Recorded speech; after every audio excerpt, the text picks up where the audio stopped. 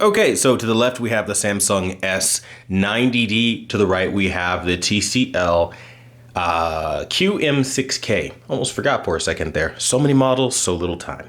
So the first thing I'm going to say is that the TCL does way better than it should. The winner ultimately is the Samsung S90D. Nobody is shocked by that. However, the TCL is pulling ahead in some areas that I don't think a lot of people are ready to acknowledge. The first area I would say that TCL pulls ahead in is detail. Ironically enough, their VH panel this year, or no, their HVA panel this year is actually doing a really good job, even on a budget end, with keeping up with Quantum.OLED demos. And examples I could show you would just really shock you. So I'm gonna start by showing you one example, and we're gonna go probably from there and see where the day takes us. This is the first example I would want to point your attention to. So immediately, the first thing I could tell you is it's just a domination for TCL in this scene. You have a lot of the blues, and yes, while Samsung has the brighter by far and more vivid image, it's not correct. And this is why. This is where I say algorithmic processing is truly everything on a television. Because here you have a TV that'll eventually be what, sub $500, and then you have a TV that's the flagship king of 2024. If you guys have been watching the channel, you know that the S90D is the best you could buy as far as picture quality in a lot of ways, or at least it was for 2024. Now we're starting to see where that's starting to crack a little bit in 2025 when we talk about detail accuracy. So if you pay attention and you look all around this, you can see just way more detail in this little rectangle. Over here, it's just really bright and a vivid shade of blue, which, don't get me wrong, is nice and totally looks amazing. But when you really look at it, and you look at it from a perspective of trying to ascertain or discern detail, it's missing. And then when you look at the ground, this is where it becomes more telling. The shadows are more pronounced, which means contrast in this example exceeds what we have on the QD OLED. So if you look at the ground here, you can notice a lot more shadow detail, where in the same spot on the other side, we just don't have that. Also, if you look at the sand, there's just way more detail. It's just coming out like crazy. Again, when you start to look at little things like the horizon line, you'll start to notice that TCL keeps up incredibly well with Samsung there too. And then you look at the clouds have more contrast in the sky here. And it really does look like, for detail, it really is amazing. Now, this is where I would attribute TCL to having kind of an advantage because of their feature micro contrast. Now, micro contrast tries to find things, again, that are bright, that are dark, and tries to kind of, I've noticed, focus on pretty much like highlights, more or less, to try to bring out that extra contrast. But it works really well here. Now, I will be very transparent with you. This is not a stock TCL. My settings are making the difference here. I do say this in every video, but I will actually show instead of just telling you that. So this is the default filmmaker mode. This is how the TV comes, and this is what it would have looked like. Obviously, that is so far off, and then you'd look at like something like the S90D and be like, what are you talking about, guy? They're not even close. This is so much more washed out, so ugly, it doesn't look good. But now, even in the ugliest mode, I still want you to notice you still do have detail here that you just don't have on the Samsung. Now, there is a way of getting that detail back on the Samsung, but it comes at the expense of color. You'd have to greatly wash out your color, and then to that point, who would be buying an S90D? For reference, I'm using the normal color space, not even the native. Native would over accentuate this even further. So that is something to take note of while we are doing this comparison. Now, let's also go into the standard picture mode, because I think most people don't want filmmaker mode. So we go into standard, and standard is, again, more of the same. It's really bright, really blue, very not impressive, okay?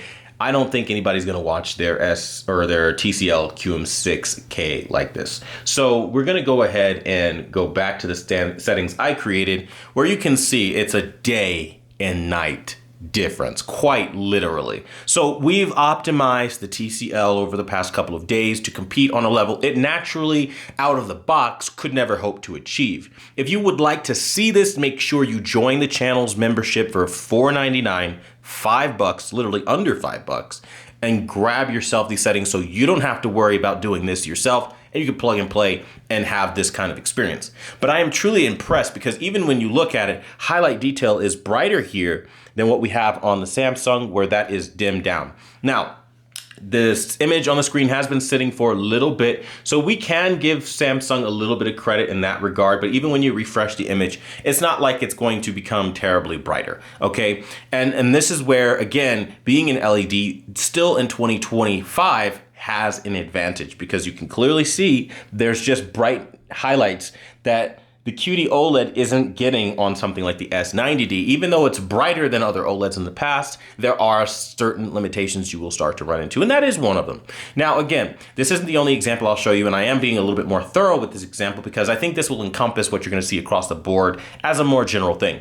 Color throw. This is where they're vastly different, okay? That's where ultimately the winner has to be the S90D. Because when you really look, the richness in the water, the quality of the color in the sky, the color of red in her dress, even down to the color of the sand, capturing the little bit of red you would see in the sand from all the various sea life and things like that, versus just attributing one general kind of pale shade of sand color to it. It looks more lifelike. Even though it doesn't have as much detail and as much brightness, it's giving you the more lifelike image quality, and that is important. Albeit the highlight advantage for this particular example does go to TCL, which is actually pretty shocking. Now, to be completely transparent, there is just no way around this. The only way to get the same kind of detail out of the Samsung that you have on the TCL is if you destroy your color. So, I mean, if you're on native, it's gonna look really, really red comparatively. Again, we're looking at demo content. That's just what we're gonna use for this example. Than what you'd have on the TCL. The only way to compete with them is to wash out your color to that degree and then details return. It's actually pretty stupid that they've done this. And again, I don't really know very many people that would want to watch their Samsung like this, but this gives you an idea of what I always talk about too. The less color saturation you have, the more details you preserve. However, nobody really wants to make these kind of sacrifices of choosing one over the other, and that's where a lot of the problems ultimately stem. Now, if we go back to that initial image that I was talking about, where again, I was in, where were we? We were right about here. Well, we got to go back through the whole loop all over again to get to the image that we want, just so you can get an idea of what I'm talking about as far as color. I mean, you can see all the other colors along the way, but just for the point of making the point, I'm gonna go right back to like for like where we were, just so we can see it. So yes, I have to go through the whole entire reel. And then once I go through the entire reel, then we'll be able to see it. Okay, right here. Now, if I go to auto, you can see the detail. I think it becomes apparent.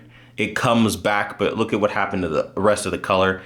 You still don't have the shadow detail or the highlight advantage. So that's why for people who might come back, well, if you lower the saturation on the Samsung, it could match the detail that you get on the TCL. Yes, it can in some areas, and in a lot of areas, yes, it can, but not in the contrast department, because you could still notice darker contrast in the sand, darker contrast around literally everything here, around the shirt, everything around the water. Now the water is more richer on here than it is on there by washing it out. Normal is its most competitive mode that I would say most people should be using. So just keep that in mind as you're watching this comparison.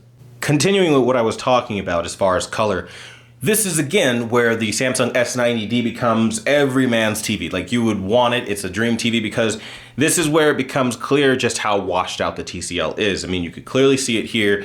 Everything over here and this side just becomes more washed out comparatively. Now again, if you're coming from an older TV, it's not to say that this is bad. The color throw is more than good enough, but in examples like this, you're starting to see where, again, it's a little different when you go even from demo to demo. So there's one demo from Sony where it could look like the Red Lobster, because Sony programs their demo for you to have the most washed out color, because Sony doesn't typically like to use color anymore, I guess. And so their demos look weird. But if you go to LG, which is a balance of both, well, now things start to shift in the favor of Samsung, which is again how we arrived at Samsung being its winner.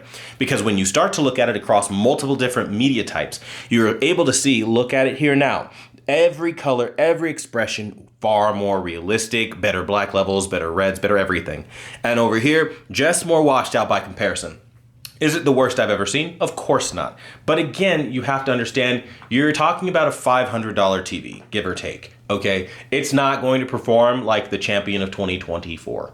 It's just not. And you're seeing it. It is impressive that TCL can trade blows at all at this price point, because typically at this price point, nothing would have ever been able to even have an advantage at all towards something like the Samsung S95D. And I think this is a true testament to how far TCL has truly come in the past year. And again, that's not to be taken away from TCL. However, when you look at skin tones, you look at color, like in this example, it's just clear that they are a step behind. And again, if we open up our settings just to show you where they would have been if you use something like filmmaker mode, which is their so-called most accurate, it gets even worse. You use standard mode, more of the same.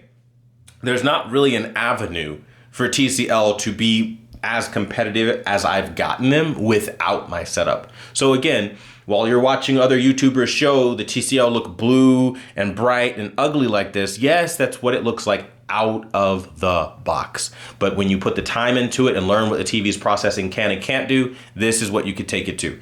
It's a day and night difference from how it ships, but it is not flagship level. And I think that's important for people to keep in mind as we are talking about what we are and are not seeing. So what we're gonna do next is we're gonna get some anime stuff on the scene or on the screen just to show you guys what it looks like with that kind of content, because anime is super underrepresented for no real reason, as if we're not all excited for the new Demon Slayer movie that's gonna be coming out, Infinity Arc for the win. Now, one of the more important things to look at is how color changes again across different media as we're here with Jurassic World. And you can kind of see that this is a big difference in color, right?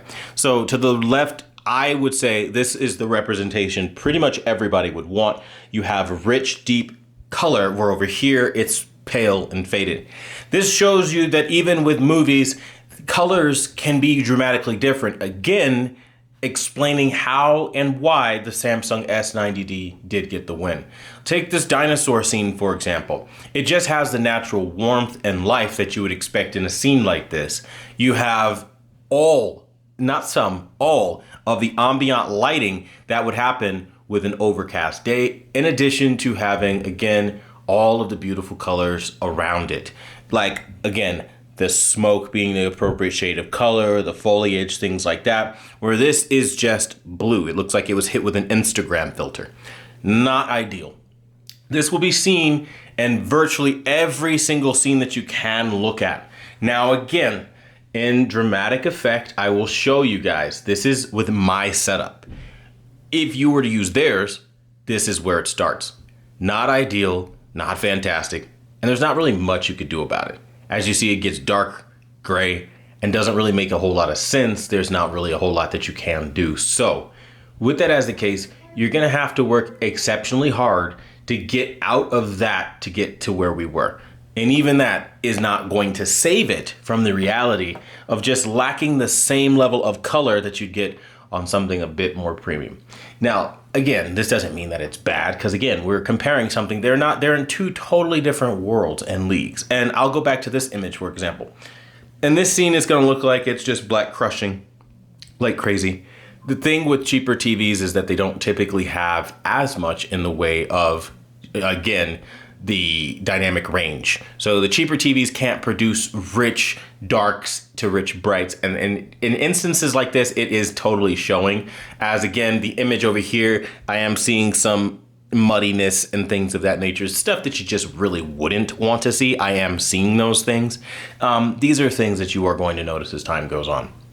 Again, you do have better brightness, but no accuracy here. As you notice here, the brightness is better, but if you look here, it's accurate. You see every nuanced shade, every reflection, everything.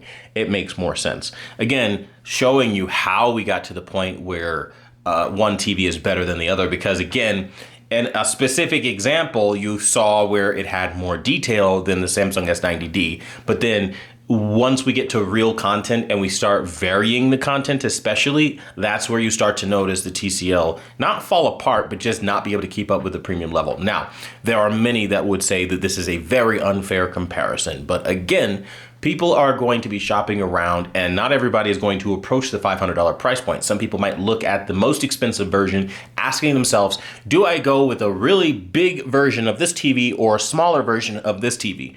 Commonly, that is the question a lot of people are asking. And usually that'll put them around the same ballpark as far as price goes, to which I would say it's always better to get a smaller, more premium TV than a bigger TV that doesn't have as much quality. That's a personal preference and everybody's will be different.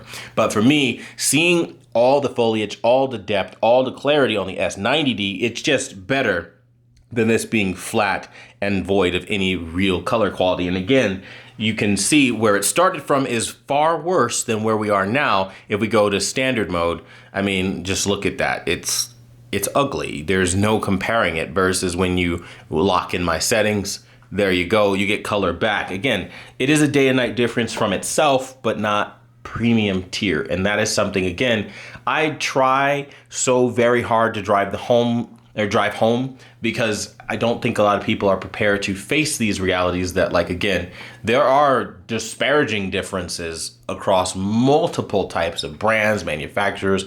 I mean, depending on what it offers. It does have good shadow detail. It does have good color. But again, in a scene like this, for example, you're noticing that the contrast is obviously not going to keep up with OLED, even though it's a HVA panel. It has its advantages on this particular model, but it's not working miracles. Now, that doesn't mean it's bad. It just means it's different, and different is what we have to highlight. And those differences, as you see here, are shown. This essentially looks like this TV when it's in its most washed out mode, which lets you know that, again, you're kind of with a budget TV. I don't think anybody's surprised by that, but let's get some examples up of some video games and then maybe round out with maybe some demo content and some final thoughts. Now that we're in game mode, we can see something different happen. So you can see that the brightness advantage is now leaning towards the Samsung S90D, and it's focusing particularly down here on making sure this is nice and bright, where comparatively this now looks dim on the TCL. Now, what's really interesting about this is, again, this really illustrates just right down to when you vary content and you have a different type of imagery on the screen, just how different things can look. Because if you look, we're in the same movie mode that we've been to illustrate all of this. Now, for those of you that are curious, we can go into game mode, and that's still not gonna do anything. Just had to kill my alarm there. Now, if we go into game mode, you can see that it's gonna look even worse. Okay, so for everybody like, oh, but maybe it could get brighter in game mode. Yes, it can, but it's ugly, very ugly, to the point where I don't know who would want to game like this. I can't see a real benefit to doing that, but I can give them credit where credit is due in saying that it is a smooth game mode. As you pan, there are virtually no jitters. Again, we'll talk about game mode in a separate video and compare game mode to game mode, and maybe you can see some things there because that would be just way too long of a comparison if we did that in one video. But as far as just picture quality, which is what we're talking about right now, again, you clearly see it. Like, there is a difference in terms of what they can offer. Now, again, that doesn't mean that it's gonna look bad and it's all just doom and gloom. It's just that certain things are a bit different. And that's what we want to keep track of. We want to keep track of contrast differences, color differences, and things of that nature. So I'm just gonna waltz into like a random ass cave because why not, okay? And again, the blues are very similar. I think that's a really big feat for TCL to be able to be on par with flagship blues from a QD OLED at the entry level. So imagine something a bit more high end. Potentially they've probably done some crazy nonsense to it, which I can't personally wait to see. But again, look at the highlight placement again on the Samsung, and this is what you need to look at. The rocks just have that pop that, again, the TCL doesn't have. Doesn't mean it's bad, but it just means that there are differences when you spend more money, which again, some people might be asking, well, are these TVs worth the premium that, you know, is being attributed to them? I would dare say it is, because you're getting what you pay for in the terms of just beautiful picture quality. And again, you're seeing in a firefight here, all of the highlights, all of the color. I mean, look at the creek right here. Look at the color quality, the detail coming off of the S90D. The TCL ain't bad, but it does generally have that pale look that you kind of don't want to see. And I think that's really what a lot of people upgrade to get away from, more of the pale imagery to get to the more vibrant types of image quality. I think that's what everybody ultimately aspires to accomplish. But as you can clearly see, it's not a bad TV either. So I don't want you to hear that it's different and be like, oh, it's just all bad, I shouldn't get one. Because I think, again, if you've got, again, $500-600 knocking around in your pocket, you want maybe a 55-inch, or maybe you want to spend sub $1,000, sub $2,000. I think this TV makes a lot of sense for a lot of people because the black levels are immaculate. I mean, there's no doubting that. The gaming experience is pretty nice. I think as far as budget goes, this is probably as good as I've seen from the budget tier. Now, I'm probably going to die here, but that's okay. But you get the idea. Even the black and whites, though, you are noticing a difference, better color to the black and white on the S95 or S90D to the left. Again, you can't expect budget to perform like flagship, but I don't think we are. So I think we're good there. But now we're going to go into some demo content and show you guys that. Okay, so here we are with the TCL demo. For anybody wondering, I figured since I always get this, every review I've ever done, there's always somebody like, hey man, why are you showing TCL on a Samsung? This is just a YouTube demo, so don't freak out. The thing to note is the difference in the color, the difference in the brightness. As you see, better brightness here, better contrast now. And I wanted to show you with moving objects so we can see moving versus static. And again, the color doesn't lie. Again, the TCL starts from a much weaker point. We will go in and put it back into that standard mode that a lot of people will be watching. And you can see it's just really bright and really blue. So again, we have already given TCL the best chance at this price point that they're going to be able to have. So we're going to put it right back into where it has all the color and everything else. And then you can clearly see it looks like a nice TV. Like just looking at it by itself, I don't really look at it and go, oh, that's a cheap TV. I just look at it and go, oh, it's a nice TV. It falls into the category where it's nice, just not premium, like flagship, like the most expensive cutting edge that you'd get. And the difference is in clarity and depth and the color quality. I mean, those are really the major things that I see as the biggest difference. Again, you could tell TCL is struggling a bit more with processing motion. You could tell foreground and background detail not as clear or pure. But counteractively, the image that I'm looking at is still a competent one. It's still a good one. And it's still one that I think a lot of people will ultimately get behind and say, you know what, this is actually a really good experience.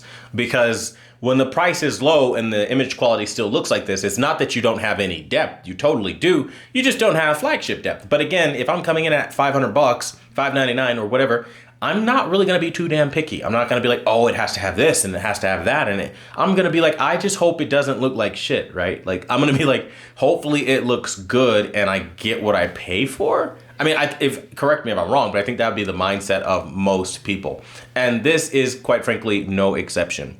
So I could tell you without a shadow of a doubt that the TCL Q6MK is absolutely mind-blowing for just the contrast, the color quality, what it's giving you for the price point, which is really low, to trade blows. Look how close it's trading blows with the best there is right now. I've compared the S90 series of televisions between the S95D and the S90D between multiple brands and manufacturers. And I mean, really, TCL trading blows like this with the best of the best, beating out even the G5, the LG versions of their televisions with the C4, the C1, all this. I mean, you're seeing it and how amazing this TV is to be able to trade blows this well with something this high up. So imagine when I start doing comparisons to other LEDs, like let's say maybe the Samsung Q8FN, how it might or might not perform, or something else like the LG C1.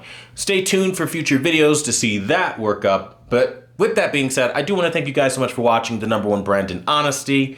Let me know what you guys want to see in the next comparison down below. Until the next video, I'll see you guys later.